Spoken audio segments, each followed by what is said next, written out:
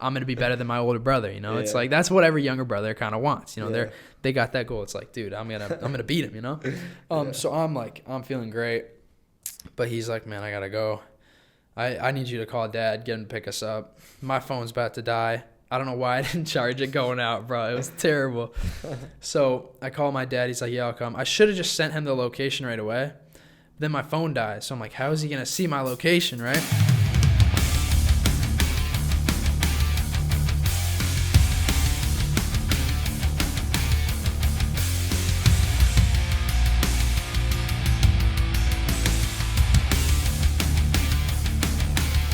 It's not that bad right now. Yeah. As soon as I flew back from Thanksgiving break and I was in the airport, I came back to my dorm. I'm like, I know I just got fucked up. I think I got on the flight. And then the first 2 days were kind of rough, but since then it's just been runny nose and just like background type stuff. You're coughing too, right? You're sick. Yeah, it's been like for so long. It's crazy. I was sick maybe a month and a half ago, and then I was good. I was fine. Didn't feel sick at all, but just had this reoccurring cough where I just randomly have coughing fits. And I had a couple nights where I'd just be laying down at the end of the day and just coughing. I could not stop. Like, couldn't even get to sleep. Did they keep you up at night? Yeah, because I was just coughing. It was crazy. But yeah, it's been getting better though. I've been noticing less and less coughing, but still, it's So you've been coughing for like a month now. Yeah, that's crazy. Pretty much, yeah. I feel like my runny nose lingers, but my cough usually doesn't. I remember over the summer, my dad got sick, and then like for some reason he just didn't stop coughing for like months. Yeah, and it was like, what the fuck is happening? This recurring cough. That's how it feels. Yeah, that's rough, dude. I mean, I think in his case he was getting scared that it might be like infection or something, but sometimes you just get a recurring cough. Yeah, I'm hoping that's all it is, and it eventually goes away. But yeah, do you know why that happens at all, or no? Have you read about it? No idea. It's weird. No clue. Yeah, I don't know how bronchitis works, or what's how people get that or whatever. But I hope it's not that. What is bronchitis? Because it's like your lungs. Yeah, it's a problem with the lungs, and there's a lot of coughing occurs. But I don't know if that's airborne sickness. If I could have gotten that from someone or whatever. But yeah. Yeah, one of my friends, he like disappeared for 2 weeks, and I kind of forgot where to go. And he came back, and he's out because he had pneumonia. Yeah, shit's scary, man. Dude, yeah, I remember I got pneumonia a while back. I was young, but it really just felt like a bad cold. Okay, it wasn't too bad. But. So what is pneumonia then? I don't remember. A long time ago. Yeah, no, I was young. Got you. So you don't really remember it was difficult at all. It was just for you. Just remember it as like a bad cold. Yeah, I was out for a couple of days and then I was good. Got you. Didn't need to go to the hospital or anything. But were you like below 10? Oof. Around that age? Around that age, yeah. Got you. Yeah. What do you think is the worst sickness, disease, injury, life ailment you've ever been through in your life? Yeah. I can't compare to Aaron and tearing his ACL. I remember, I do have a story though. I remember this one time, not exactly an injury, but it was a cross country race because that's the sport I did I actually started running in elementary school. We'd run laps around the school, this like running club. And then I kept doing that mostly because my older brother is a big runner. So I kind of, following in his footsteps. You know how younger brothers are. And I guess it was a combination of things, not drinking enough water, very hot out, all that. And I was running, wasn't having the best race, but I'm coming in, about 200 meters left to go, and I just feel myself fading. I'm cooked, man. Like, I'm done. And I'm fading and fading and fading. And then it's like it was the craziest feeling. It's like I couldn't physically move my legs any faster. This is after you've passed the finish line? No. This is coming down the final. This is coming down the final. I'm trying to. It's like when you're asleep and you're having a dream and you're trying to run away and you just can't move your legs. That was comparable to the feeling. And I'm just trying. Guys are passing me. I'm trying to go as much as I can, but I'm just totally fading, hitting a wall. It was terrible. And then I'm coming into the finish line, just stumbling. I fall, crawl across the finish line, and roll off to the side. 30 minutes past me laying there. They call an ambulance. I just can't get up. I'm in and out of consciousness. They get me on the ambulance. The dude messed up the IV, but then eventually got in. So there's he messed up the IV. Yeah. So I had tons of bruises. How do you mess up on my an arm? IV? He just messed up putting it in. I don't know. It might have been he might have been not the most experienced. Like they put the wrong one in, or they put in the wrong place? No, it was he wrong place. Yeah, exactly. Okay. Yeah. So bit of error there, but yeah. And then I don't know. Got back in the car with my dad. Got Gatorade from the gas station. It was good, but yeah, that was a rough time. The sport is no joke, dude. It's crazy. Cross country's tough. I'm not a good runner. I did cross country sophomore year. Yeah. And that was the one time I did it, and it's a tough sport. I have a little respect. What did you do? Other sports instead? I was into wrestling mainly. Okay. Unfortunately, like sports have never been my thing. I love sports though. I love being active, but I can't say I was a good wrestler, but I tried my best to keep getting better, and dude, I had a good time, man. It was fun. Yeah. No, I have so much respect for wrestlers because it's a tough sport, right? A lot of hard work that goes into it, a lot of technique, whole bunch of stuff, but also going out in front of a crowd of people and one-on-one in a guy, that's no joke. I did wrestling 2 years. Oh, you did? In middle school. Nice. 6th, 7th grade. I was terrified of that, bro. You got to put on this. I was young at the time, so. Yeah, that's true. But this goofy singlet and, I like the singlet. It wasn't that. Dude, ours were cheap, bro. They were terrible. But yeah, I could not. That's cool, man. High school sports are the best, man. Yeah. We can talk about that. I wanted to explore that injury a little bit more first because the storyline is pretty interesting. So those last 200 meters, like you weren't running properly, right? So you're kind of like stumbling. Like it was very noticeable that something was wrong. Yeah. Like I'm leaning forward, right? I'm doing anything I can to like keep myself moving forward. So I'm just swinging my arms, leaning forward. Terrible. Yeah. Does anyone have a video of that? Like, did your parents, like anyone was? My friend's dad has a video of me falling and crawling in. If I could see that after, that'd be sick, dude. You have it? I don't have it. You don't have it. Okay. I would not love to show you though. Okay. No worries. It is rough. No worries. I don't know. Got you. So you're going in and out of consciousness. So at the time when you're on the floor, what was really happening? Like, were things hurting, or like what was like kind of happening, or you just don't even know? It was, yeah, good question. It was the way to explain it is just one of the most exhaustive. That's not a word.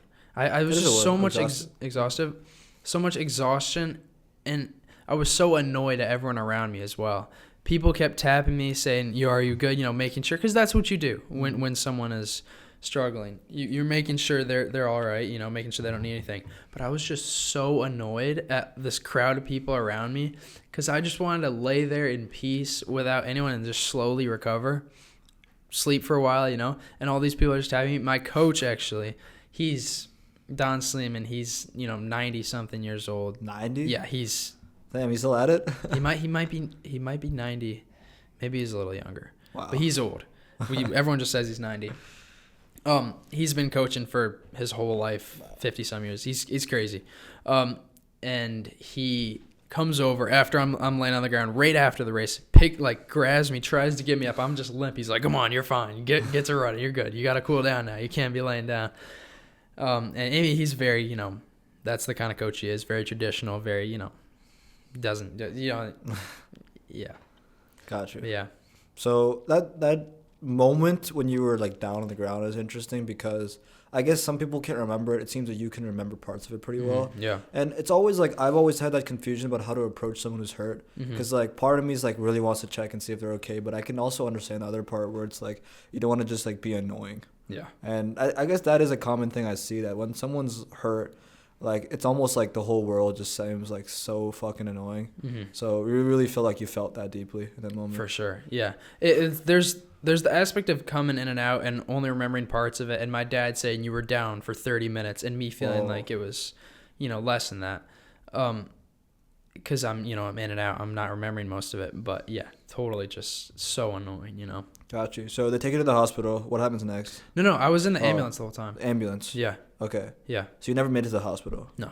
Why is that? Because I wasn't in critical condition. They could tell I was just very exhausted. I needed a bunch of fluids. So basically what they did is they had this whole technique of getting me on a stretcher, which was actually, it was very interesting. Feeling it happen I was like, wow, this is pretty interesting how they do it. They have a whole procedure and everything. Yeah. Of like moving me this side, putting one part, moving me over, putting the other part, and then pretty soon I'm just up, and they had people helping out. It's not a day in the work for them. Yeah, no, it was impressive. And then I'm in the ambulance, just back of it, where they do it, and they, IV and everything. They actually they put some stuff on me to monitor me, and they had to cut off my singlet because they couldn't get off. They had to like scissor it off. So my coach was also annoyed at that because I need a new singlet now. And he's like, what happened to your old one? It's cut in half. So. Wow. That's a crazy story, man. Yeah. And so it ended up just being you were exhausted. Yeah. You were just like worn out. Yeah. They ended up, the IV got a liter of fluids in me. And I just slowly recovered in there for a while. So, yeah. Wow, dude. So did you hit a PR that day? Like, what was no? No. It was just a rough day. It was a combination, you know? I mean, every single race, you're pushing your limits. Every single race, when you cross the finish line, you want to just collapse. You know, a lot of the times people do. They collapse, walk it off, and then they're good. But something about it, my body was just struggling to recover. And it was just that extra, heat, not having enough water, all the, everything added up. That was springtime? What'd you say? Was it springtime? So cross country is fall to winter, right. But it was definitely a warmer day. So it was early September. Got you. So it was hot out. It's a cool story, man. Yeah, thank you. All right, man. So you played cross country most of high school. Yep. You dabbled with wrestling middle school. What other sports do you play in your time? Well, it was cross country, indoor track, and track. I was running you're a runner all the time. Yep. And when it was track, it was not much difference from cross country. Shorter, definitely, but still, we'd be going on long runs, workouts, track workouts, all that stuff. I mean, we did track workouts in cross country, too. Like, it's very similar. Indoor track is just, the races are inside. We're still running outside. Did you do long distance for track? Yeah. Okay. Yeah. Well, I was trying to do shorter distances by the end because I was just so sick of distance. So I really leaned into the 800 meter near the end of it. But for most of my life, mile, 2 mile, and then 800. Because there's definitely people who have skill sets that overlap, but typically it's like there's just the guys that can accelerate, and there's the guys that can just keep going for miles and miles. Yeah. And it's like you kind of usually fall into one category. For sure. Yeah. Yeah, dude. Out of all of the things you've done with running, whether all the cross country stuff, track stuff, is there like an aspect or part of it all that you enjoy the most? I'd say it's not the feeling of competing or feeling good about just working hard. It's all the team, It's all being with your guys, working hard together. That camaraderie, that just I want these guys to succeed just as much as I want to succeed myself. That's really what it was. Because a lot of people see cross country and track and they see it as just this personal battle where it's like, I'm just running, I'm trying to do as best I can. But it's not that at all, dude. It's all like, it's a team. And if you don't have a team that's close with each other, that works well together, you're not going to have a good cross-country team. If you just have a bunch of individuals, it just does not work. You need guys to be like close to each other, confident in each other, and wanting to push each other. That's what really, you can like work off each other almost, It's amazing. Something special about teams, man. I mean, I think high school sports for that reason. Whenever I talk to anyone on this podcast who's played high school sports, they're always like, there's nothing like that. High school team you play with. And I relate to it too. I mean, there were a bunch of great guys on our wrestling team, man. It's almost like a family in a way. Like, even if you're not that close to the people, like you still go back there, you see the same faces every day, and you still toil together, and there's small things you do together, even if you don't think those are going to be the most memorable parts of it, but it's like just warming up together as a team, you're listening to the same kind of music on the speakers, and all the workouts you do together. So it really is something special, and I feel like in high school it means a lot too. Like if I were to go say, okay, like I missed high school sports, so I'm going to play sports now in college. So you try to get yourself to join clubs. I feel like it lacks something that was there in high school, where for some reason in high school it just felt like it meant a lot more. Yeah. Dude, I know what you mean. I definitely feel that. It's like all the guys that I ran with are the guys that I'm still close with. My roommate now is a guy I've been running with since middle school. It's like we have that bond, we have that, like, we've been through all this different stuff together, So the competition for you was never the appealing part? Cross country is a very stressful sport, and track, when you're on the line, when the gun's about to go off, everything in your head is telling you, like, run away, hide in a hole, never be seen again, because your body, how I think of it is your body is thinking, I'm about to go through this very difficult thing. It's going to hurt a lot. How do I get myself out of this? That's what the mind is telling the body. I need to get out of this. I can't do this, As soon as the gun goes off, all that adrenaline that was telling you to leave fuels you, It's like, now I'm running, now I'm in there, But before, so the competition aspect of it was a lot of just stress for me. Wow. Over, like, I don't know. I definitely struggle with stress though. It was rough. Yeah, I feel like a lot of the stress is like also leading up to it. Yeah. You know, I think it's different for a lot of people. Like some people don't start stressing until the day of the event. And sometimes these kind of high school sports events, like those big cross country meets where like there's 20 schools coming, they get pretty chaotic, so that can induce stress as well. But a lot of people maybe tend to calm down before the event starts, or like right when they're about to run. But for you, you're talking about like the seconds before the gun's about to go off. You feel like in that moment you want to like run away. Yeah. Could you describe those moments before the gun goes off in further detail? Dude, that's really the epitome. Is that the word? Yeah. Epitome. I used to say epitome. No way. That's like the epitome. That's the week leading up when you're just thinking about it's in the back of your mind. The night of where you're having trouble falling asleep because you're nervous about the next race. The morning of where you're nervously making sure you get all the right fuel in you, you know. And then warming up and everything. It's just building, you know. The stress is building. And then when you're on that line, it's just like you feel kind of this is me personally, but I'm sure other guys go through this. I'm sure. It's just that your breath is kind of slow, you know. It's a little bit harder to breathe. You're feeling you're all nervous. You're doing every little thing, you know. You're stressing about, are my shoes tied how I want them? Do I have the right socks on? You know, guys will have designated race socks that they use every time. It's all those little things that you go through to help you just feel confident, feel ready. But there's still just that, oh, dude, this is going to suck, number one. Number two, you know, what if I forget something, all this. It's all that buildup, you know. And then you're on the line. Your guys are next to you. Or you're next. I don't know if you've ever seen a race. I've done cross country. Okay, yeah. So you know, there's like the boxes, right? Right. They're not actually boxes. They're just spray paint on the ground. Yeah. So you'll be right next to another team at sometimes, and you're kind of like elbowing the guy, making sure you're with them. You know, listening to the starter. You've done your runouts and everything. You're all ready. You've done all your stretches. And then it's just that anticipation as he says set. You know, holds the gun up in the air. Everyone's there. It's completely silent. And then bang, and then you're going, man.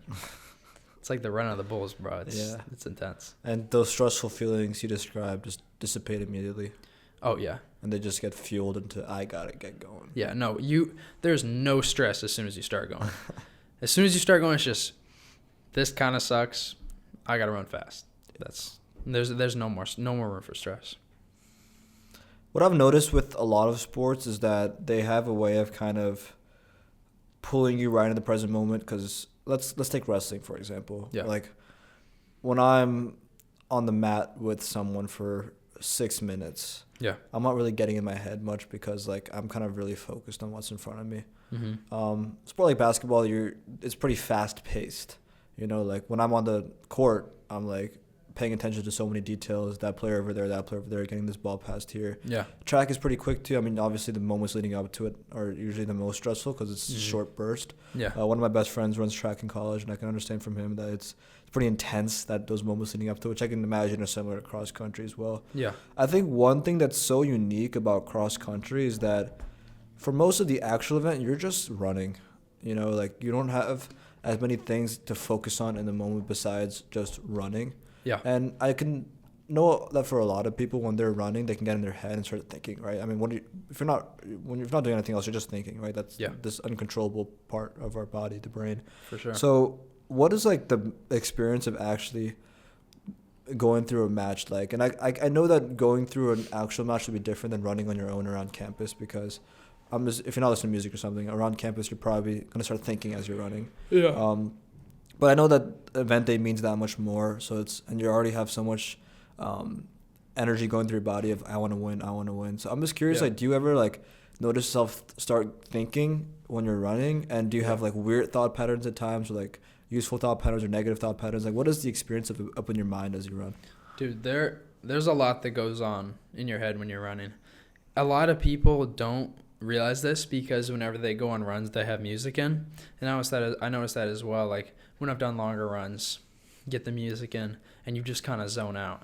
But when you're in the race, you're constantly thinking of the guys around you and how you feel, how tired you're feeling. And it's such like a exchange of energy. you feel confident, you feel fast, you blow by a guy, you don't come around him, and you're just moving forward, right? And you almost take his energy, you know? He's like, oh man, this dude just passed me. Like he's so good, you know? And you're like, I just passed him, I'm so good, you know? And then you keep going, you feel like stronger, you feel good. And you're in your mind, you have more positive thoughts. And then the opposite, 3 dudes from the same team are just burning, you know? They just go flying by, and you're like, man, I'm so tired. What am I actually doing this for, you know? And then, you know, you're just slowing down, and you give them all your energy, you know? You let them keep moving, you know? It's such like, it's all in your mind, dude. Like, it's all in your mind. It's all like the confidence, the feeling that, like, I'm not gonna let these guys beat me. Like, and it's having a why, you know?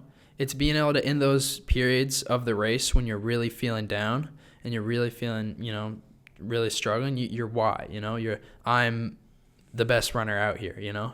I'm not going to let this guy beat me. My team's going to win, you know? It's the why that keeps those negative thoughts out, you know?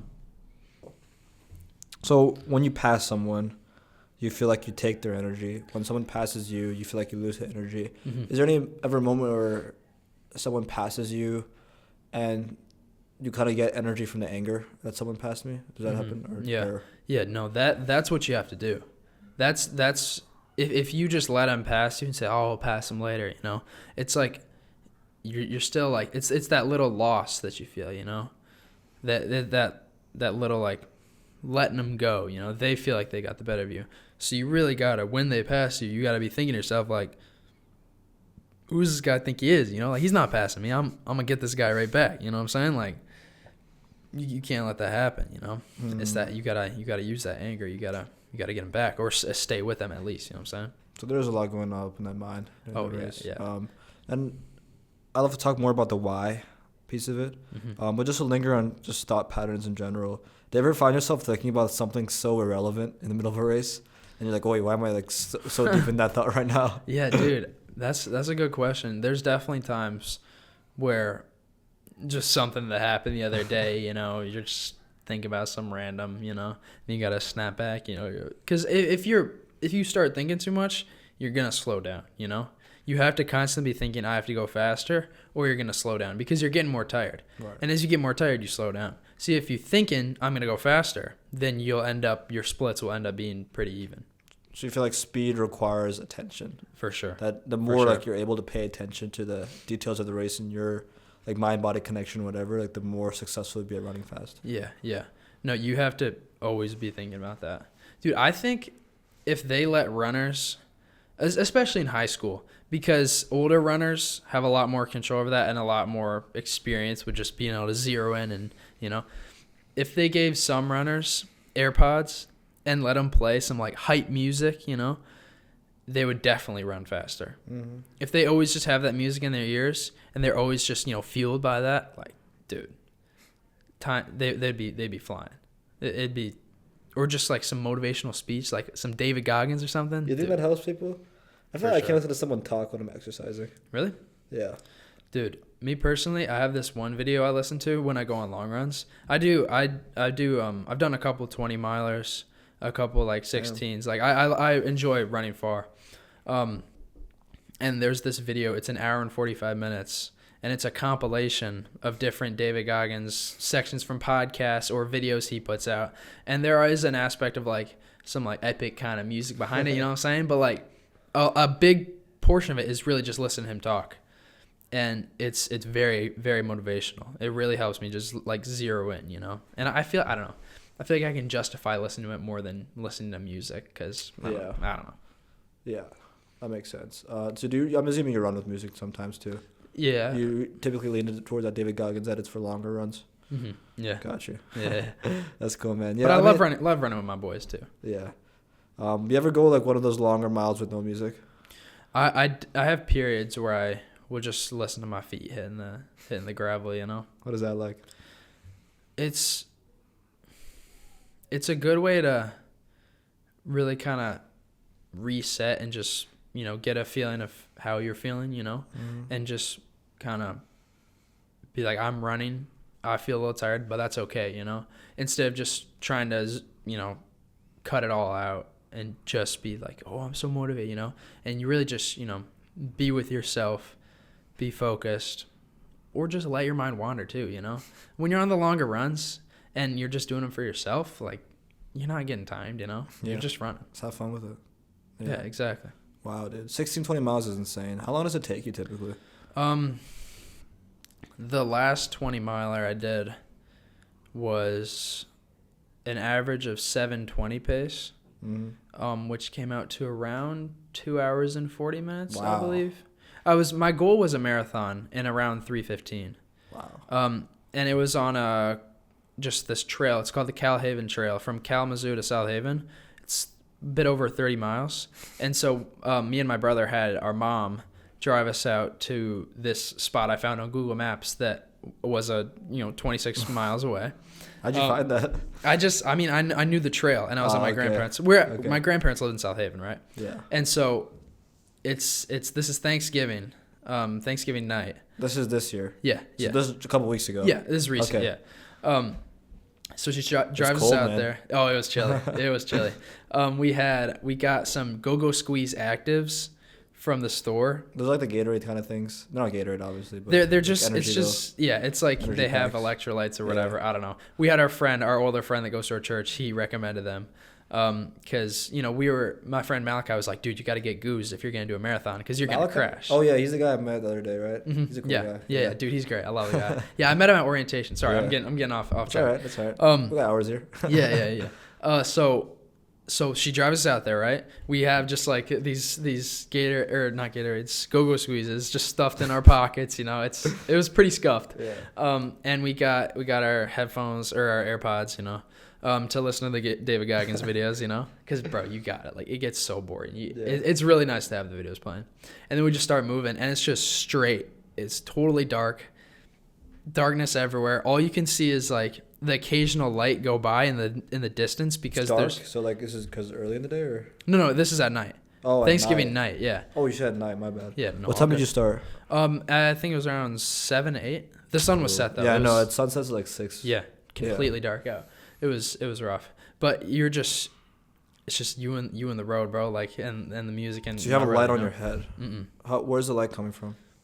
What do you mean? You said there's occasional light. Oh, yeah. So basically the Calhaven, there's a bunch of crossings, a bunch of road crossings, because it's just straight for a very long time. So, there's so you'll run across roads from time to time. And so in the distance, you'll see cars' headlights go by every once in a while as you're getting closer and closer and closer, you know. Wow. But yeah. So then we're at around 18 miles.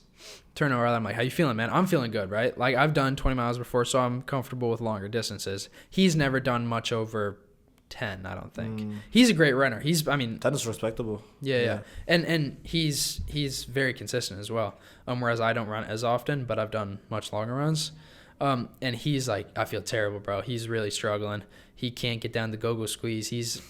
And then I keep looking back as he's like slowly falling. And I'm not going to leave the guy. It's dark. It's cold, you know. And we're still 6 miles out. And after doing 26 feels like the home stretch, but 6 miles that's still a long time. And if you're falling to like 9-minute pace, it's gonna take you a long time. It's gonna take you a while. It could take you a whole hour just to do that 6. And that gets in your head and it's like a positive feedback. Yeah. And so he's really struggling. We're at about 20 miles at this point, and he's like, man, I gotta stop. How many was 35? How many miles was the whole trail? Well, we're not doing the whole trail. We got dropped off 26 out. Gotcha. So we're just doing the marathon. We just want to be able to say we did a marathon, you know? Yeah. I'm still feeling pretty good. And especially it kind of fueled me, him falling off, because I'm the younger brother, so it's that competition, you know? It's like, I'm going to be better than my older brother, you know? Yeah. It's like, that's what every younger brother kind of wants, you know? They got that goal. It's like, dude, I'm going to beat him, you know? So I'm feeling great. But he's like, man, I got to go. I need you to call Dad, get him to pick us up. My phone's about to die. I don't know why I didn't charge it going out, bro. It was terrible. So I call my dad. He's like, yeah, I'll come. I should have just sent him the location right away. Then my phone dies. So I'm like, how is he going to see my location, right? So I ended up just flagging down a guy driving by. And then I was like, you mind if I call my dad? He doesn't know where we are. And then the dude talked to my dad for a bit. And I talked to my dad, gave him where we were. So we ended up being fine, but your phone storage is dead. Apologies. Take a quick pause. Continue with the story. I think you just got someone on the road to stop their car. Yes. Continue. So we pulled over this guy. He was a little confused. He's like, what's going on? You know, who's this random person flagging me down? But my brother, I had ran over to the road to just preemptively find someone, or if my dad was driving by to flag him down, you know, best case scenario. But we get this guy, calls, dad picks us up. My brother has gotten over by then. And in the back of my mind, I'm like, dude, I should just go back out and finish. But my phone's pretty much dead, so like the Strava. Do you know Strava? Yes, have you used it before? I've used it. Yeah. The Strava would be messed up, so it wouldn't say 26.2. So I was like, and I feel bad for my brother. You know, I want to go back with him. So we ended up just driving back. Didn't do the 26, which I'm bummed about. Yeah. But it was still a good run. You know, 20 miles. The longest you've done, right? Yeah. I've done 20 before, so. Okay. Technically, it's slightly longer because it was 20.6 or whatever. But yeah. What was it like stopping the guy? Like, what did you say to him and everything? I was like, yo, man, my phone's about to die. We're out here running. Could you help? And he almost like, he like interrogated me a little to like see if I was, you know, make sure. He's like, where are you from? I was like, oh, South Haven. My grandparents live there. So he was like, oh, it's genuine. Okay. And then he texted my dad later. My dad texted him like, thank you so much. You know, the boys are back fine. He's like, I got a couple of my own. I'm happy to help. So it's like, yeah, it was funny. He offered us, he was like, all I got is Mountain Dew or a Red Bull, I think. I don't remember. It doesn't matter. But he was trying to offer something to my brother because he was struggling. He was going sideways a bit, but you know, that's how it goes, man. When you're it's good. I think like most people are good, and it's good to interact with those kind of people. For sure, yeah. You know, gives you hope for humanity. People are because interactions always feel good too. Yeah, it does. Yeah.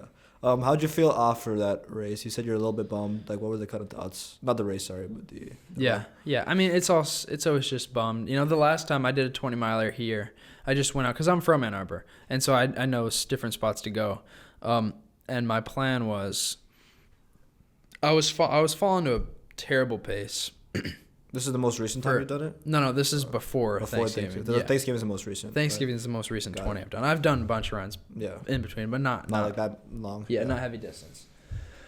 And so I'm coming back up to Markley from the Arb. You run there? What? You run the Arb? That was just at the end. Okay. Just coming through there. And I'm struggling, 9-minute pace, just, you know, barely just, you know, barely moving. I get back to my dorm, and my plan was get a couple of sips of water, eat some pretzels, and then keep moving. But I was just cooked. So I was just, I'm not going to keep doing it. And then how I felt after this recent time, it was the same kind of bummed feeling, but it was different because it was like I could have done it, you know? The one that I did here, my friend, first thing she says to me when like all my friends were like, yo, how far did you run? First thing she said is like, you couldn't just do 6 more, you know? And it's just like, oh, dude, it's not like, wow, you did 20. It's, you should have done just that little more, because everyone just looks at that 26, you know? And it was that same kind of feeling like, man, people are going to see this again. And it's like, but I could have this time, you know? Whereas the last time, it's like I straight up couldn't keep going. I was cooked, you know? Like, you're tired. It was like, dude, I had it. Yeah. But my brother. But yeah, it's okay. Man, we'll get it. We'll get it soon. Do you have plans for the next time you want to try this, or? No, I mean, at the moment, I'm just trying to be consistent about running. What does your week look like? I definitely focus more on the gym, lifting. I'm more into that, you know? Yeah. It's been fun lifting with you. Yeah. But 3-4 times I'll get out and go. I ran last night. It was rough. I was just straight in a snowstorm. Oh, dude, I looked outside of Mojo, I think at 9:30. Yeah. And the wind pucked up for like probably 5 minutes, and it would look like we're in a snow globe, dude. That shit was insane, but beautiful. But I can't imagine how it would be outside. I was out in that with only a t-shirt. No. Yeah.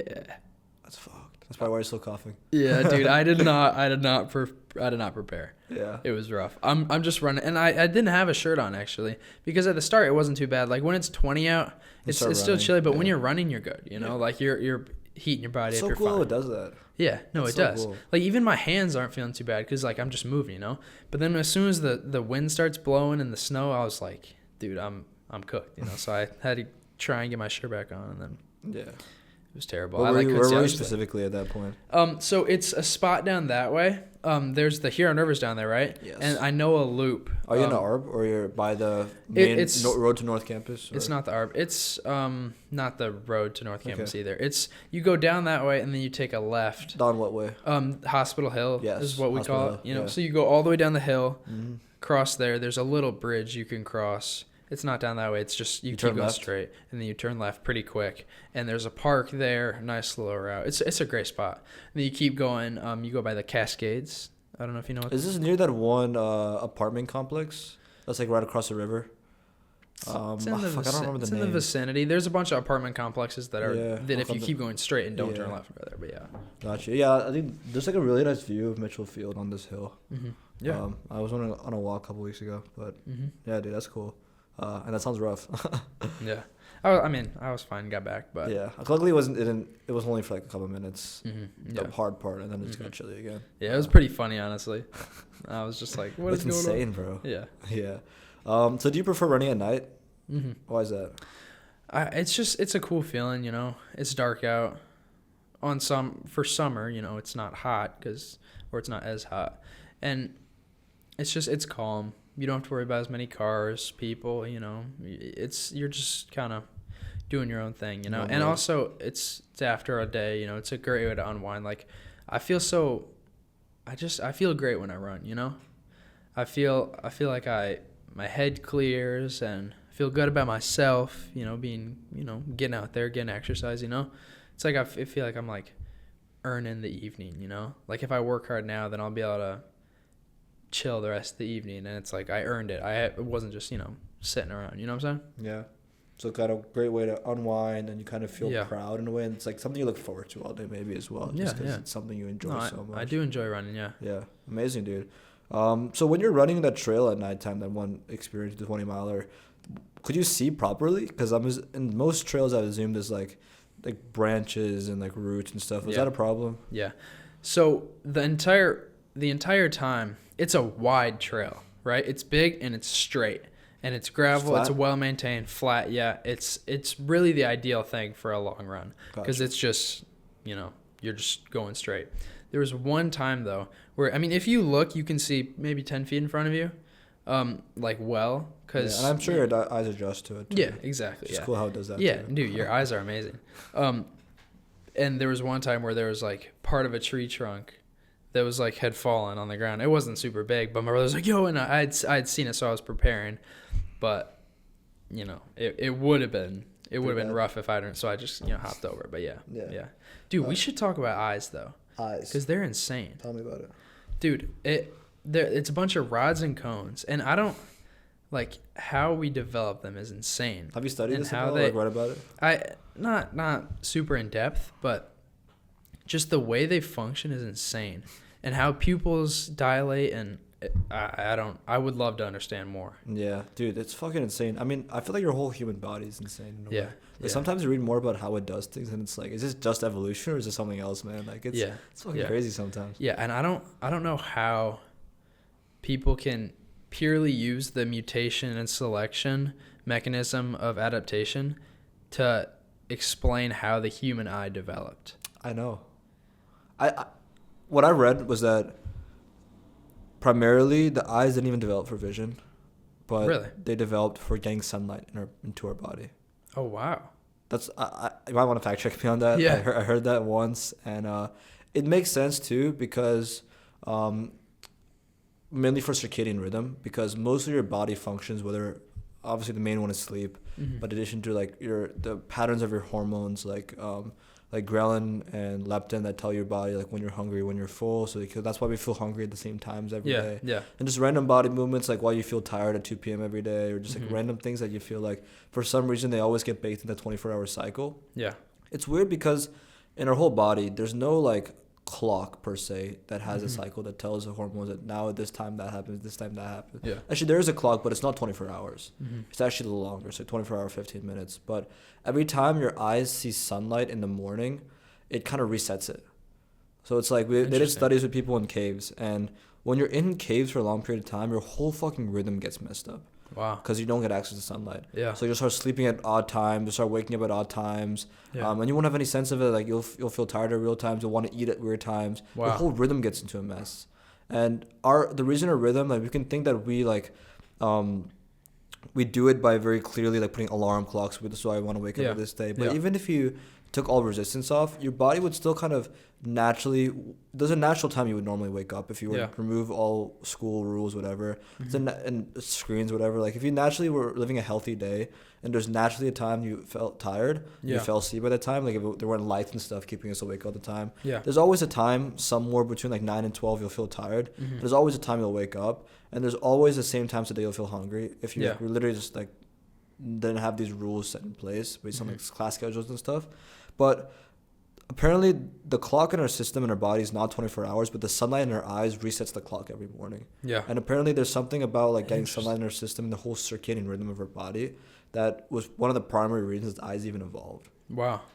That's incredible. I've seen people say first thing in the morning, you know, what they do is, you know, they just like they call like reconnecting with nature. You know, they go walk outside without shoes on, you know, and then just like meditate there, taking in the sun. There's definitely a reason that definitely a good, you know, outcome of doing that consistently. Yeah, it's definitely good for you too. I mean, I used to go outside every morning. Yeah. I try to now, just because I feel like it feels weird for me to be inside for too long. I've realized that, like, since I live in Mojo, it's pretty convenient for me to never leave the dorm if I didn't have to. Yeah. Like, I can very easily get away with, like, I remember one day, a couple weeks ago, I woke up in the morning, I ate breakfast in the dorm. Yeah. Then I did some studying in the dorm, in the morgue, which is a study room in this dorm. I left the building to go to the gym at 11 when they opened on that day. Then I finished my lift. I came back. I ate lunch in the dorm. Then I had a podcast in the dorm. Yeah. And I hung out with friends in the dorm. And it was like 8 p.m. I'm like, I haven't left the dorm for the last like 10 hours. Yeah. And I just feel like I feel shittier that way when I'm like not moving around much. So there is definitely something about, I think, like being in nature.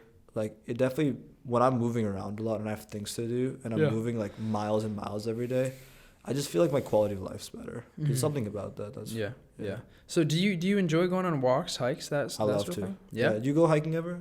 Yeah, I've gone to some sweet spots. Where you been? Yeah. So a notable one is I used to live in Africa actually when I was younger. Yeah. I read about that in your little bio. Yes, sir. Yeah.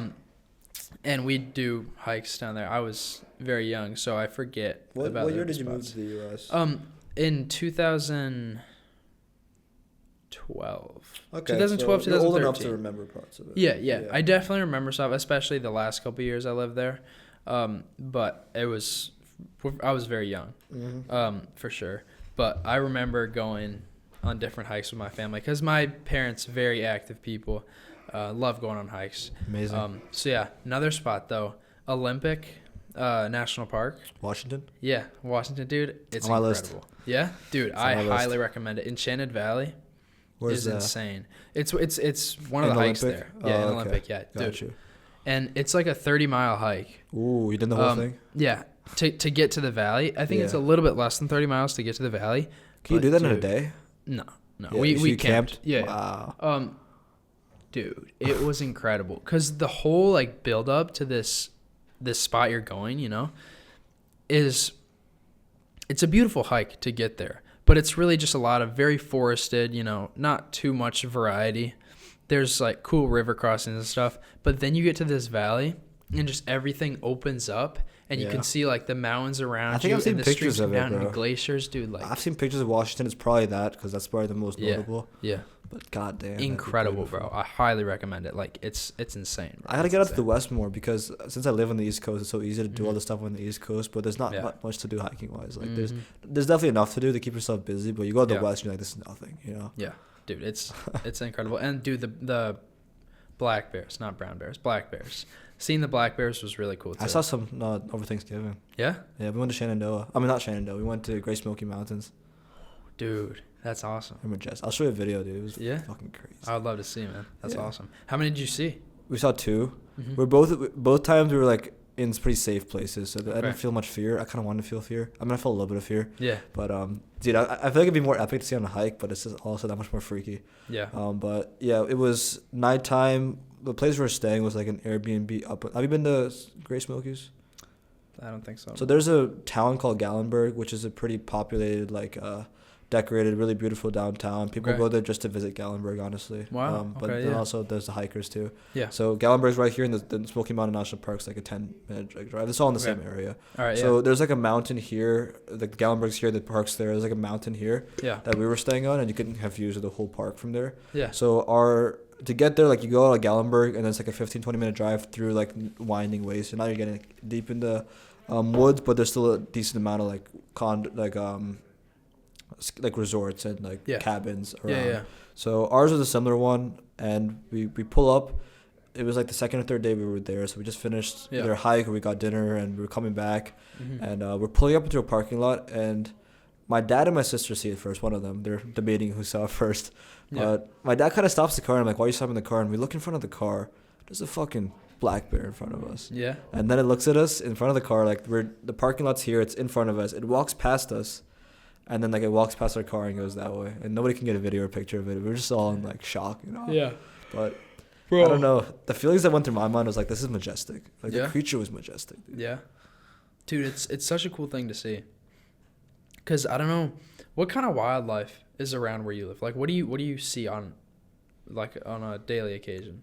Lots of squirrels and bunnies definitely live in the community. But we do get a lot of deer, which are cool. Mm-hmm. Yeah. I think same with you. Yeah. I don't see deer, like, I guess Ann Arbor's more populated, so you're not going to see deer here. Yeah. But I think that recently I've been seeing a lot more in the last year, just because in the place I live, it's a residential area, but they're also building a lot of, like, storage houses and stuff. So a lot of the woodland is getting cut down, so a lot of the deer don't have much space to, like, stay. So we see them on the roads a lot more. Like, they come and sleep in our backyard. Yeah. But I see them pretty often. Like, within every 1 or 2 days, I'll see a couple of deer. It's really That's cool.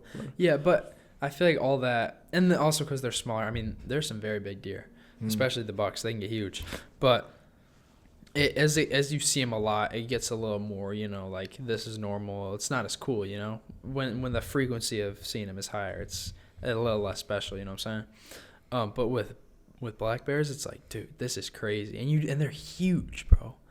Like, I don't know if the one you saw was full grown, but bro, like, it's just I don't know, it blows my mind. They're amazing animals. And you also you see them walk, and it just makes you question the whole universe in a way, because you just look at how majestic, like, their body is designed. Yeah. And, like, their skin and their face, and you know it could fuck you up if it wanted to. Like, it probably won't, but you know it would want to fuck you up if it could.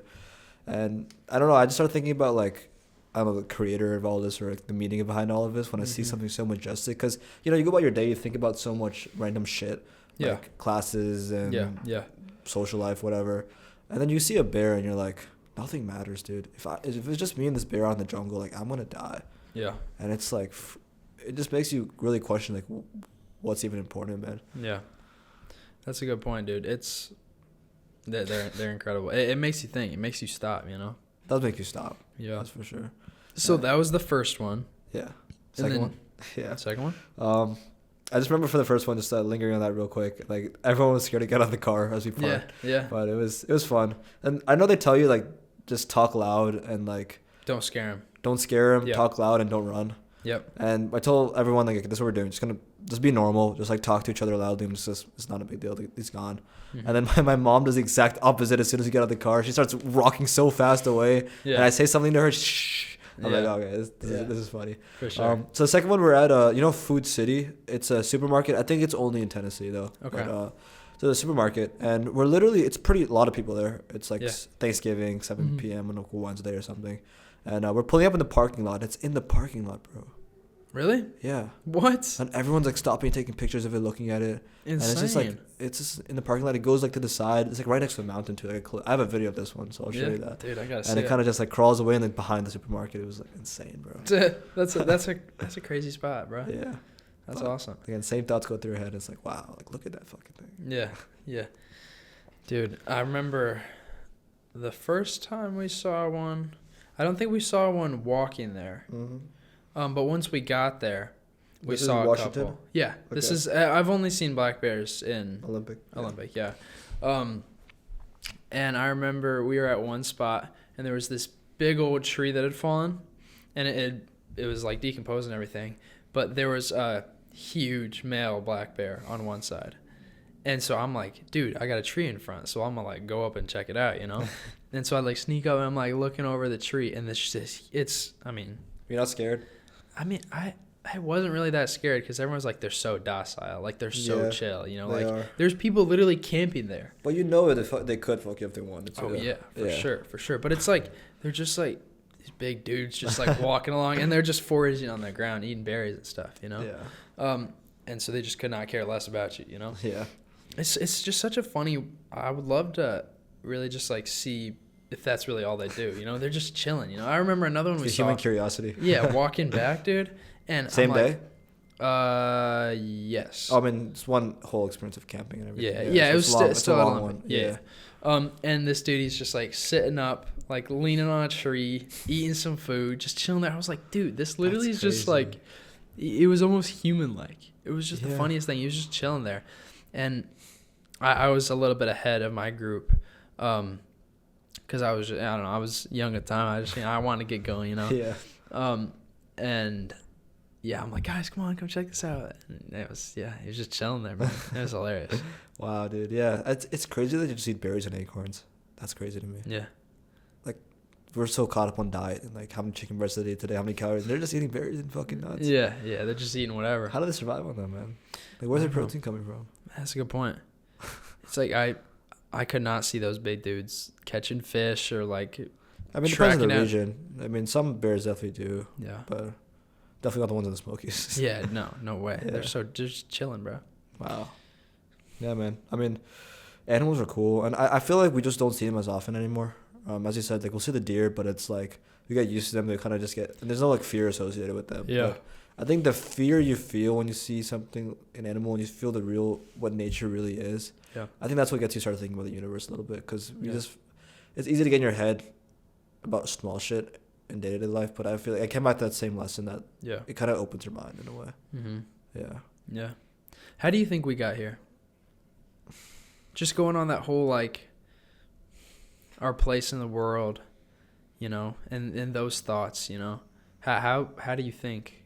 Do you believe in a God? What do you think? I guess we could talk about humans, how humans got here, and then we can also talk about the universe in general, like the Earth, species. Yeah. I'd love to. I don't know. Yeah. I think that there's something in the human spirit that wants to answer unknown questions. Mm-hmm. I don't know what it is. It's probably still part of our evolutionary nature of survival, and there's a pattern that we just want to keep building a comfortable life for ourselves. Yeah. Throughout all of history, like we're just always trying to solve puzzles to how can we make ourselves more comfortable. Yeah. Like how can we ensure there's a way that we can have enough food to feed the whole family. That's how agriculture started. Mm-hmm. And even in some regions like in South America, like even before agriculture started for food, I remember in some regions in South America, their agriculture started with cotton just so that they can make fish nets, because they're just kind of keep answering this question of how can I ensure we have food on the table for everyone. Yeah. Probably not tables back then, but yeah. And I think because of that, there's like this nature that we just need to know where we came from, or like what the answer to us all is, because we just need to know. We just need to know. And definitely more in the last 500 years, the scientific revolution was born, because for the first time, the general religion shifted from actual religions to humanism as a new religion. Mm-hmm. It's for the first, like before, there was so much belief in the books, more than there is today. Today it's kind of gone down. There's still plenty of Christians, and I meet, at least on campus here, and a lot of religious people in general I meet. Yeah. But it was so baked into society that there was no other way. Yeah. And I think in the 1500s, 1600s, the science revolution started. That's when humanism started, that we are actually ignorant. The books don't have all the answers. Humans are ignorant. Yeah. And because humans are ignorant, we're going to go find out the answer because we don't actually know the answer. Mm-hmm. And that kind of boomed this whole revolution of advancement and technology we've built, because we keep pretending we don't know anything, and we keep trying to answer those big questions. But I think the problem with answering those big questions, like scientists make grand conclusions about how it all works. Yeah. But they skip steps sometimes, and there's sometimes we make big conclusions based on little evidence. Yeah. Right? Like, I think a lot of the people that are opposed to religion and opposed to the idea of the creator are usually people who believe more in science, right? And I think science is great, and I have a lot of friends who are scientists or want to pursue being in science, and science has helped us answer so many questions and helped us come here. But I think with the two problems with science and history is that we sometimes believe something that could have flaws in it. Because you're relying on very specific studies that can have multiple confounding variables, and there's not very enough data. So I think people kind of feel like they figured it out, that, okay, we started in Africa, and through natural selection, evolution, we've discovered these things. They explain everything. Yeah. No, like, you're not, like, people used to think of disease and sickness as a spiritual thing, because they didn't know what bacteria, what the fuck is bacteria? Yeah. The tribes would think that they were cursed or something like that. Yeah. And they would look at the lightning and say, that's the God over there. And as we start to answer these questions, we're like, there's no God, that's just static and electricity. Yeah. And there's no God, that's just bacteria. So we think we answer the questions. So because we answer the questions, therefore God is not real. And the whole, there's like some author, I'm forgetting his name, who wrote this thing about how God is dead, because no one believes in him anymore. Yeah. But at the same time, I just think there's so many inconsistencies in science, and there's still so many questions we can't answer yet. Like, okay, sure, that is static and electricity, but what is static and electricity? Where does it come from? Like, there's still so many questions we don't know at the fundamental level. Here, yeah. Like evolution, I believe in evolution.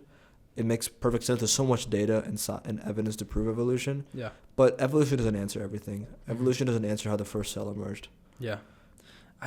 Is there not also a lot of holes in evolution? Tell me about it. Well, there's different, like, circulatory systems in our body, cycles, right, that produce certain things in our bodies. And so a thing I struggle with, and I'm sure there's lots of studies on this, but how does just mutation and selection lead to the creation of cycles? Because if any part of this cycle is out, is removed, then the whole thing doesn't work. Give me an example, like some of the cycles, as in like different molecules kind of interacting with like the Krebs cycle, stuff like that. Those ones are the tough ones to explain with evolution. Yeah, because they're so intricate and very exact. Exactly. Like if you look at an internal combustion engine, I've heard this analogy given before. Like, there's so much evidence for intelligent design when you look at something like that. Someone has, and groups of people have tried and tried again to create this engine that can power, whatever it's used for. It's not just random assortment of pipes and screws put together until something works, This has to be calibrated this way, this has to be tuned this way, this has to be placed this way, all together to make a cohesive unit that does something, And I just feel like that's what our bodies look like. Our bodies don't look like randomness. This is just chance. This is just all mutation and selection because this is slightly advantageous. It looks like we've been created. To me, it looks like we've been created. But I don't know. It makes sense to me. And I think evolution answers a lot of questions, but it proposes a lot more, because evolution explains why the squirrels have the same skin color as the snow or as the dirt, 100%. Yeah. It doesn't explain how the fucking Krebs cycle work and why your intestine looks like this and why your eyes can see things. Yeah. Like, it doesn't. I don't think it can answer all that. Yeah. So it makes sense to me, intelligent design, but I think an analogy that I like to think about is scales of things. Because I think that people who lean toward intelligent design start to make like rules around it, like this is the way it works. What I think, let's think about the human body. There are your microbiome. You have bacteria that lives in your microbiome, and that's their world. They do their typical actions. Who knows if they're conscious or not? But they break down food in the gut or whatever. Fiber. There you go. And I've been learning a lot about this actually. So. But let's say we gave them like brains. Those bacteria in your gut. The microbes. Right? We call them the super smart microbes. Yeah. The intelligent bacteria. And they start to learn a little bit more. All right, they start to say, we start to understand, okay, we are actually these things called bacteria. That's the first thing they learn. then they learn that there's actually other bacteria around us. We're all living in this bacteria society. And our duty in this bacteria society, because of some evolutionary reason, is like we have this strong urge to break things down and eat and survive. Learn all that. We learned, oh wait, guys, we're living in something called a stomach. Check this out. We've sent some like astronauts up there, and they figured out we're living in this thing called a stomach, and there's like other things in this human body.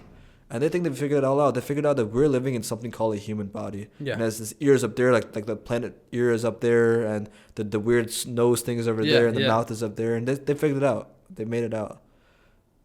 But like that's all they know. And then explain to them like, okay, there's an Earth that exists. Yeah. It's too.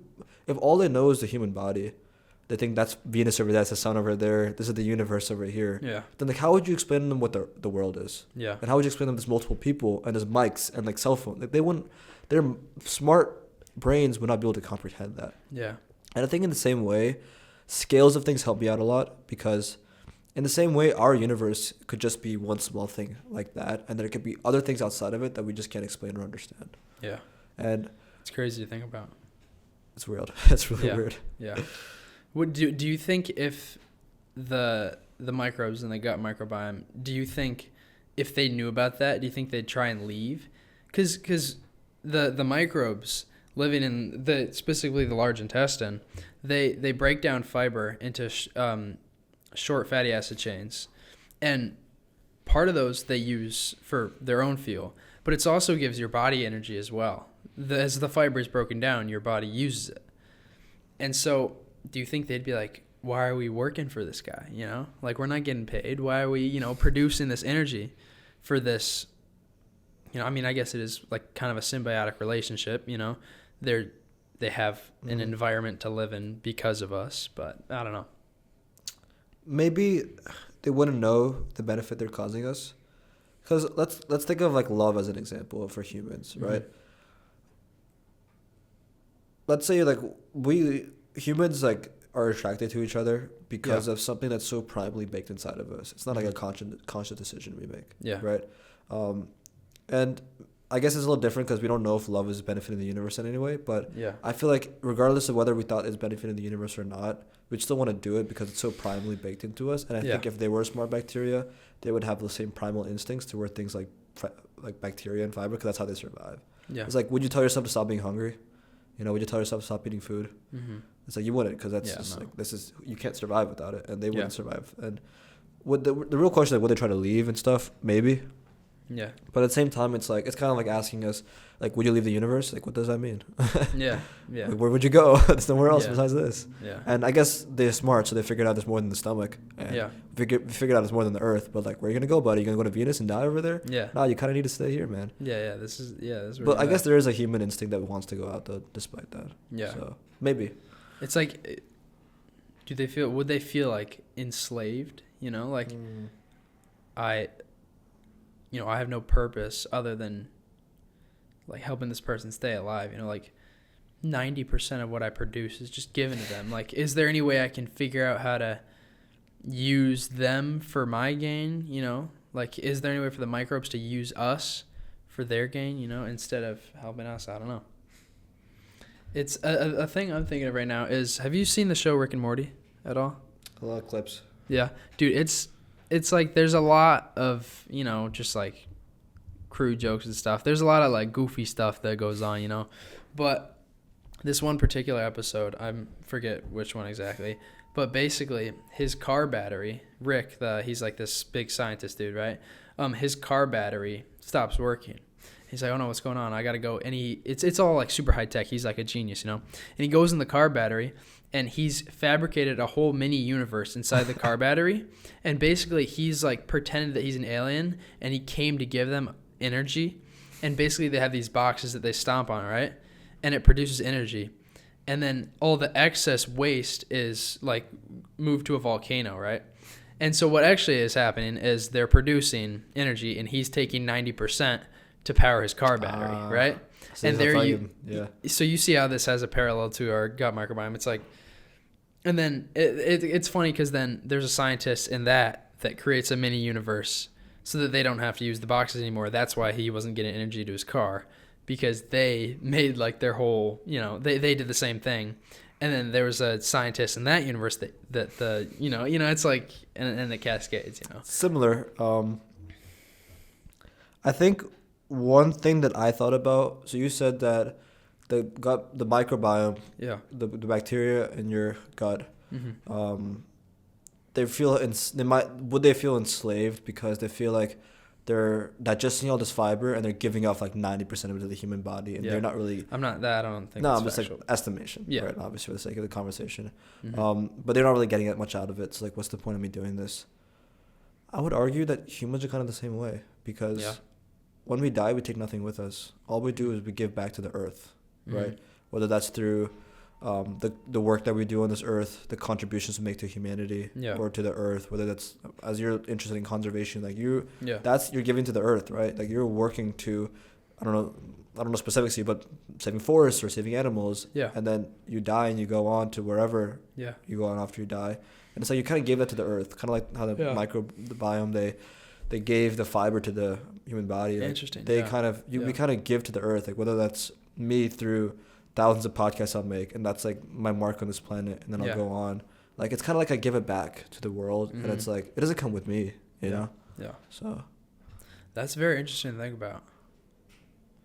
It's like, but we have this drive still, it's and like a feeling of purpose. I don't know. We somehow do. Yeah. Which I guess it goes to the fundamental idea, like why do we even feel purpose? Yeah. Is it just primal? Yeah, is it just chemicals in our brain telling us to do stuff, or is it something more? I don't know. It could be. But at the same time, I think there is something more, just by the fact that we still have so many questions. Yeah. As you said, you described the human body to this engineering problem. I couldn't remember the specific. But it's so intricately designed in a way that it can't just be explained by evolution. So, yeah. Are you religious at all? Yeah. So my parents are both Christian. I've grown up in that my whole life, been going to church for a while. And I still do. I mean, I hold a lot of Christian values. I don't drink, stuff like that. But I've definitely been thinking a lot more because I don't want my faith in Christianity to just be because my parents are, because I don't want them to be, disappointed in me, because I'm no longer Christian or whatever, I still say that I'm Christian, but I'm definitely doing more searching for why I believe I'm Christian instead of just my parents are, it's all I know. Because while I grew up with Christian parents, I did not grow up in a Christian environment outside of that. I went to Pioneer, the school right across from the big house, right. And I didn't have any Christian friends. I was surrounded by atheists, agnostic, like no one was Christian. And so there's definitely, I got a lot of questions, and I don't have it figured out, but I still, follow the Christian values because it's a lot of great stuff. Like Christianity, it's nothing bad, The values that Christian people hold are all great stuff, If you live a Christian life, I think that pretty objectively you live a good life, Because the values are. Yeah. Camera's still going? Mm-hmm. All right. Yeah, that's interesting. I think that religion, that is a good question of like, why do I believe in Christianity? Yeah. Besides the reason that my parents do. And I think that even as we have these discussions about like, I've had so many discussions about religion, like sometimes they go in a direction of like leaning toward more that it seems more likely that there's intelligent design. Yeah. And sometimes it goes more that it seems like these are all a bunch of stories that humans have told each other for years, right? And I go down both paths in discussions, and I kind of don't know where I lean yet. But I think that despite that, there is something about religion that's comforting in a way. For sure. That helps you grapple with it. Yeah. And even people who are not religious are kind of religious in other ways, or spiritual at least, where they will have another belief set that helps them grapple with the universe. Yeah. And whatever that might be. Yeah. And outside of that, it does give you good values, and I think that you've highlighted that. Like, that's one part of it you like. Mm-hmm. That at least it gives you a set of values to live by. But I don't know. So you're just kind of, in your eyes, it's kind of like this next path of me trying to figure out, like, why am I actually Christian? That's like the big question you're trying to answer. Yeah, because being Christian is great, Like, if you just solely follow the teachings of Jesus, it's like being a kind person, helping out people that aren't as well off, It's, and Christian people are a very positive demographic. Like the highest percentage of adoptions are done by Christian families. In the U.S. Yeah, and there's a whole bunch of statistics and donating, all this different stuff. It's all a bunch of good stuff. It's all like, it's a lot of selfless teachings, you know, and just it's a lot of good stuff, you know. And so it's like, even if I'm not 100% confident that there's a God up there, because it's a hard thing to believe. It's a hard thing to believe that there's this greater power when all we know is what we can feel and touch. You know, like that's, you know what I'm saying? Like, it's hard to put your 100% faith in that. It's crazy that people were able to put that much faith for like so much of our history. Yeah. Because I feel like questioning the elder and atheism is so baked into culture. Yeah. Like proven through science. Yeah. And all this stuff. And I think because we live in that society so much, it's hard to think about a society that relied on blind faith. Yeah. But for history. Yeah. It's crazy. No, I mean, I look at my grandma for one of them. She's so confident in the Lord. She is like, you cannot give her all the possible atheist evidence. You can't, like, she is so, and I love it, you know. I love seeing that. I wish I had that, you know. It's comforting. It makes life simple. Yeah, exactly. She's just like, God's in control. God has a plan for me. I'm safe in Him, you know. And she's had a lot of really rough stuff happen to her as well. She grew up going to a boarding school in Africa, in Nigeria, which is not easy. So she didn't know her parents very well, because she'd just be. Are you familiar with boarding schools? I went to boarding school for high school, but really? I'm assuming Nigeria will be different. Yeah. Yeah. So would you see your parents? They live pretty close by. Okay. So, weekends, yeah. Okay. Oh, all right. Because she was dropped off and then gone. And this is probably an era where communication is not like I can call them every night. Yeah. No, it was very. She has some crazy stories. She told me this one story about playing jump rope with a snake. Yeah. So you use the jump rope. Yep. So it was very like, yeah. No, it was. I mean, it was a long time ago. You know, it was not as nearly as developed as Africa is now. So you said it was like really difficult. Like, what was the difficult part about going to school in Nigeria? Just being away from parents? For her? Yeah. Yeah. Being away from parents, you know, not having a lot of that love. I don't know, because, I mean, it's so nice for me when I was in high school to be able to come back and my parents make me a meal. You know, it's just me and my siblings. I have a younger sister. My older brother's, he's a couple years older. He's, you know, he goes to Michigan. And so just being able to have them ask about your day and stuff, like for her, it's just like, she's around a ton of people, a ton of other girls her age, you know. Was it all girls' school? I just think she was mostly around girls, I believe. And what age did she start this at? It was young. I was talking about her that's big, over Thanksgiving break. Yeah. She was young. I think it was like middle school to elementary school age, but she was very young. Yeah. Wow. Yeah, and then on top of that, my uncle, cousin, and great-grandma all died in the past, like, you know, each from totally different things, but cancer, big one. And she's, you know, gone through all that, which being a grandma and having your mom die, your son die, and your granddaughter die is very heavy. It's very difficult. Especially when someone's younger than you. Yeah, especially your son, like that. That's the one of the worst. It's terrible. But she has just been so strong through it because she's like, God has a plan, you know? Wow. And I'm going to see them in heaven, you know? And it's really tough, but it's amazing to see her confidence in God, you know? I wish I had that. So much clarity. Yeah, for sure. It does add something to your life. And you can't force it, though. It's like, it has to really come from somewhere. Yeah. And I guess, sorry, you gonna say something? No. I think that there's sometimes experiences people have that people can't explain. Mm-hmm. And that just solidifies it for the rest of their life. Like, my dad told me a story once. My dad is similar to me in a lot of ways. Okay. He's pretty young and healthy as well. And he is... I would call myself a Hindu, and he would call himself a Hindu too. But we also still have these kind of similar conversations and watch similar kind of podcasts that talk about religion and kind of is real, is it not? Like, how can we solidify this? How can we build a strong sense of clarity through it? And what are the benefits of actually believing in it? Mm-hmm. And he told me a story once. This is a long time ago. this is when my dad was less well off. He was living in India. Okay. He was just working some kind of small job, just like every day he'd look at the bank, just look how much money he would have by the day. Wow.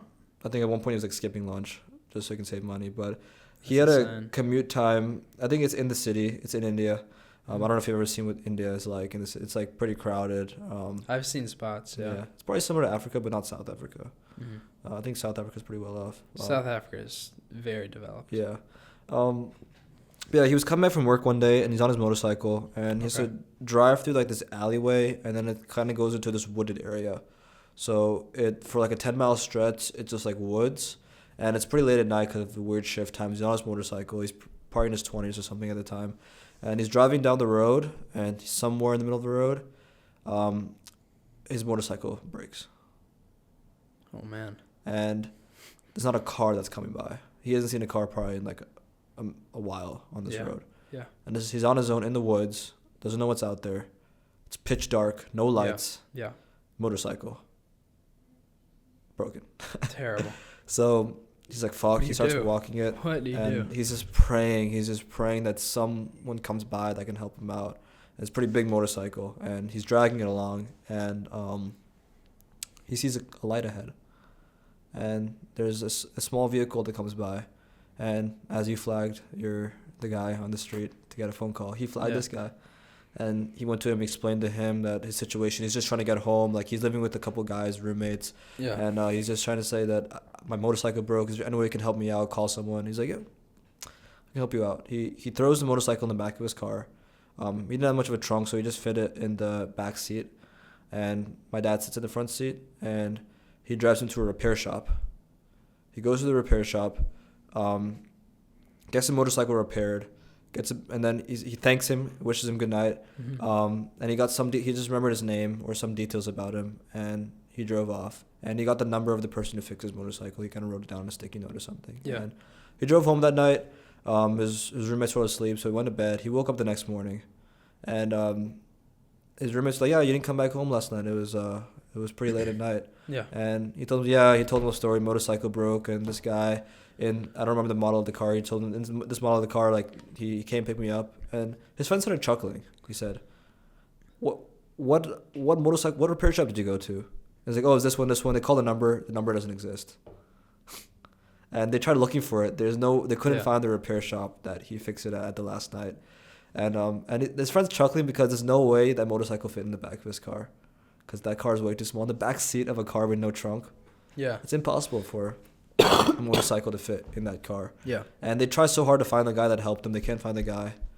Doesn't exist. That's incredible. The repair shop doesn't exist. Yeah. This whole story, he couldn't explain how it happened, what happened. Yeah. And it was one of those moments where it's like one of the weird ones. Mm-hmm. But he really felt someone came to help him that night. Yeah. And that story stuck with me because it's like, damn. Yeah. That's incredible. So tell me, wow, that's crazy. That's insane. Yeah, and there's so many stories like that. The different people have so many testimonies of seemingly divine things that happen. It's weird. Tell me more about, you said Hinduism. Yeah, tell me more about that, because I am very familiar with the beliefs of atheist people because I've been around a lot, and then I've been in the church for a while, so I know about Christianity, but Buddhism, Hinduism, stuff like that, I'm not educated on. I don't think Hinduism is really a religion, in a way. Okay. There are people who believe in Hinduism. There's many different smaller groups, in a way, that kind of interpret in their own way, but it's more of like a collection of different ideologies. Okay. The main belief that there's like multiple different gods. I don't. 1 second. Honestly, like, I'm not too well versed in the specifics of it, but there's multiple gods, and there's basically people interpret it in different ways. Okay. So the way my mom interprets it, that she's part of a group that they call themselves Satsangi, where they have their own kind of belief sets in it. But I think one of the cool parts about it is how flexible it really is to kind of take it the way you want to take it. Yeah. My relationship with it, it was kind of, we all kind of are Hindu, but there isn't, we haven't done like we haven't done much with it. Like, we go to temple occasionally, but I wouldn't say that it's not something like consistent, like we go to church every Sunday, for example, and it's something that's baked in your life. It's something that's kind of there, but I personally have not gotten deep into it. And I think with time, the more I've read about it, like I read a book that had a story, one of the popular stories, not in Hinduism, but related to some of the gods that's been around for like thousands of years. The story of Ram and Sita, which are basically like manifestations of God that have come down. There's like this really beautiful story around them. And I read that, and the more I read about it, the more like these intricate aspects of it seem interesting to me. And if I were to become religious later in my life, I would definitely go deeper into Hinduism. But I don't know if I have enough like to tell you really like about like how it works and everything, because I personally have not gone and done that myself. I think Buddhism is more about like mindfulness is a big part of it, and like understanding the meaning of the ego, which I don't know. I don't think Buddhism is a religion either. But as you said with Christianity, a lot of these things, they just promote good methods to live your life. I think Buddhism is all about like understanding how to master your mind, because your mind kind of creates this illusion of who you are as a person. Like if someone asks me, who am I? I'm Shaurya. I'm a University of Michigan student. I'm a podcaster. All these random like identities we associate with ourselves. The whole idea is that all those identities you associate yourself or your ego that your brain creates as a kind of an illusion, but none of those are actually real. And there's something within you that is not connected in any way with any aspect of any aspect of this world. And everything you see around you is kind of illusion of how your brain kind of makes you see it.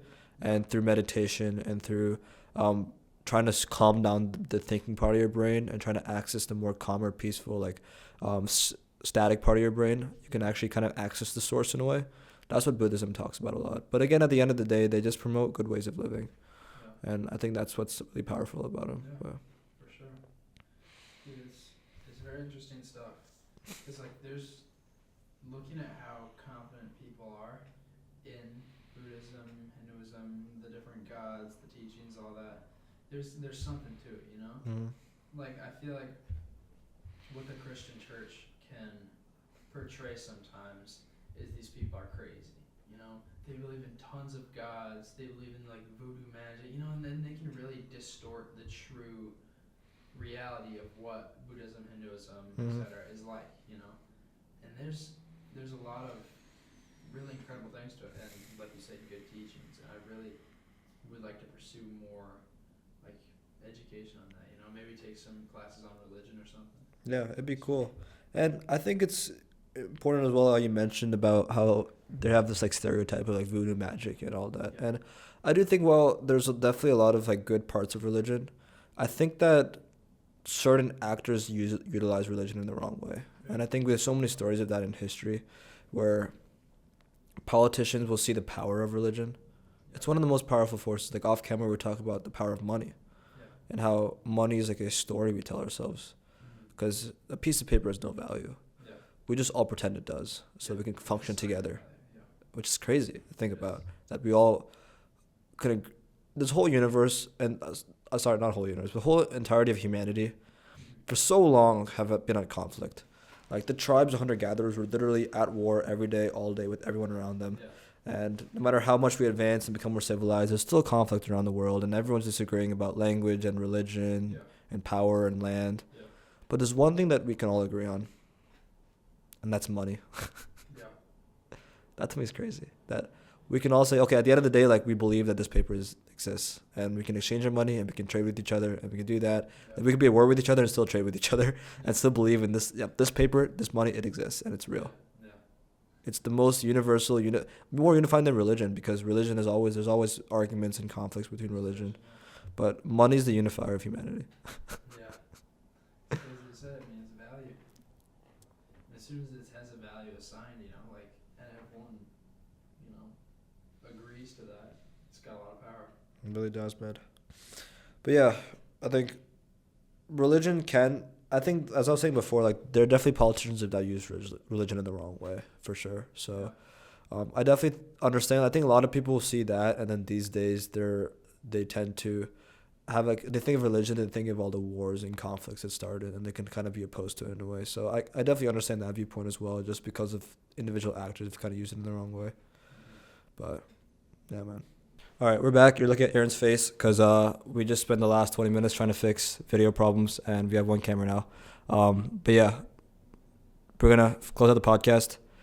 We're going to have you sign the poster, new tradition we started, where choose any spot you want, write your name and episode number 74. Play the Sharpies. All right. Yeah, dude. Let's get to it. I'm feeling right here.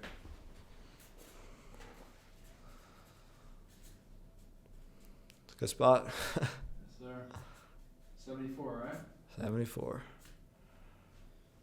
It is. All right, Aaron. I feel like we cut this one short a little bit. I apologize. Yeah. We'll get you back on, maybe with some friends, and we'll do an even better podcast. But it's a fun one today. We talked about everything from cross country, the mystery of the universe, to religion. So it was a lot of fun. Sir. I'm glad I could come on. Peace. All right, see ya. If you enjoyed that episode, then I guarantee that you'll enjoy this episode right here. Make sure you click here to watch that episode, and the best way to support us is to hit the like button and subscribe to the channel, and don't forget to hit the notification bell as well. It is the best way to support us, and it'll help us to keep growing, get better guests, better production, and make this the best podcast in the world.